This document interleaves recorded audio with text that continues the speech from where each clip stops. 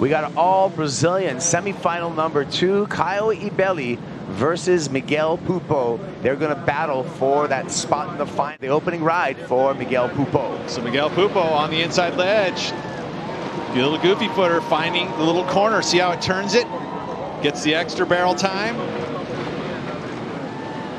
Again, the forehanders with the smaller conditions, they're able to find these inside ledges. Little tighter quarters in those barrels. Opening ride for Miguel Pupo of 5.17. Pupo up and riding again.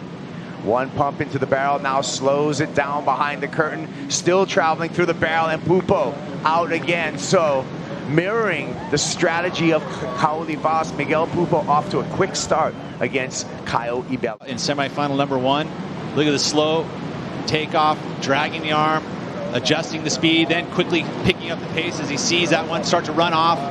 Again, that tube awareness of just understanding speed control, it's so important. And like I said, the forehand, just a little bit easier to do that. Again, starts off with the stall to maximize the barrel time. Look at both hands on the drag, slow, slow, slow. Gets in there, you got to start to release. You know the foam ball's back there, touching the tail, tickling the tail. And then he realizes, oh, there's another section. He sees it, pump, pump. 2 quick squirts of the water through the concave. The wave turns the corner, opens up, and he comes out with a beautiful exit. Tube awareness, perfect. Yeah, great ride. And here he goes. Ibelli strokes into this one. Patient off the bottom, high line through the barrel, finds the exit on a little bit of a bigger wave. And nice carve off the top to finish off and show control. He kicks out into the channel. Or are they going to award the little bit bigger wave? I mean, watch it again. He slows himself down with his bottom, holds on top of the wall, but he had to take the high line to get out of it.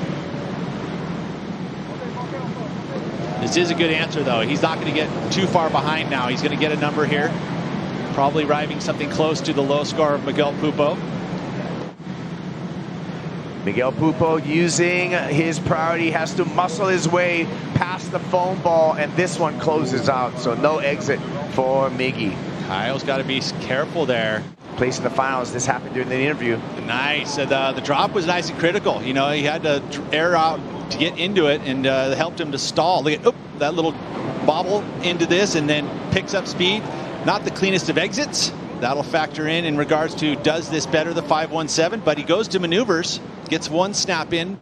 Live action with our heat leader, Miguel Pupo, and sees nothing ahead of him, but he's got the lead over Caio Ibelli. Ibelli out in the red jersey with priority. Ibelli needing a 7.33 to turn the heat.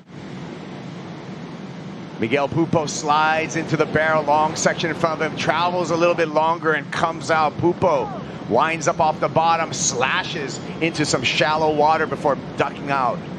Looking to better his 6.67. Pupo just working that inside ledge, Peter, successfully. We're going to start with Miguel. Yeah, again, look at stalling tactics, then picking up speed. That one filled up with water, no worries. He was able to get right through it. And then, nice little gaff. Maneuvers are going to be a little more emphasized today with the smaller conditions. Now trying to improve on the 6.67. Here we go. Caio Ibelli yanks on the rail. Cavernous ride, the long pinching wave, and that wave pinches on the head of Caio Ibelli. Those little bigger waves don't have that turn of the corner and that opening up of the wall. It's been a great show, by the way, out here in Tahiti.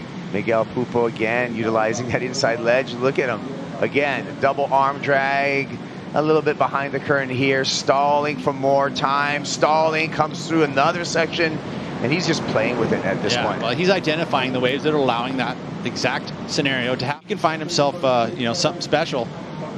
Watching again, just identifying this little, 3.5, 4 footer, but look at the barrel time he carries all the way through.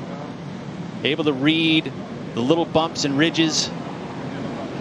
Another wave probably not going to factor in. I mean, the wave before actually came in at a, same score as his low. Yeah. Previous wave, a 6.67. We're still waiting for that last wave. You can see it turns the corner. Now, look at Caio's made an adjustment.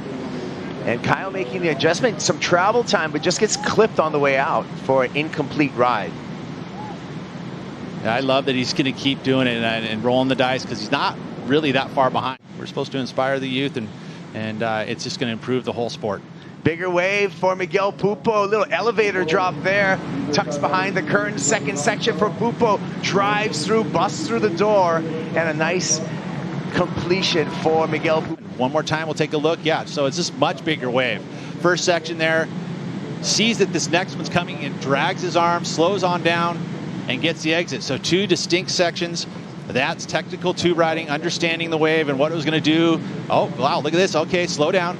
Up high, stay high. Right behind him, Caio Ibelli pulls tight and high, has to get through a foam ball here. And again, the door shuts on Ibelli, and Miguel Pupo able to break through that door. Live action with Caio Ibelli pulling in. That wave just fills up with white water. You can see Ibelli going down. Continuing to swing at waves and trying to claw his way back into this heat, but he needs a 7.33.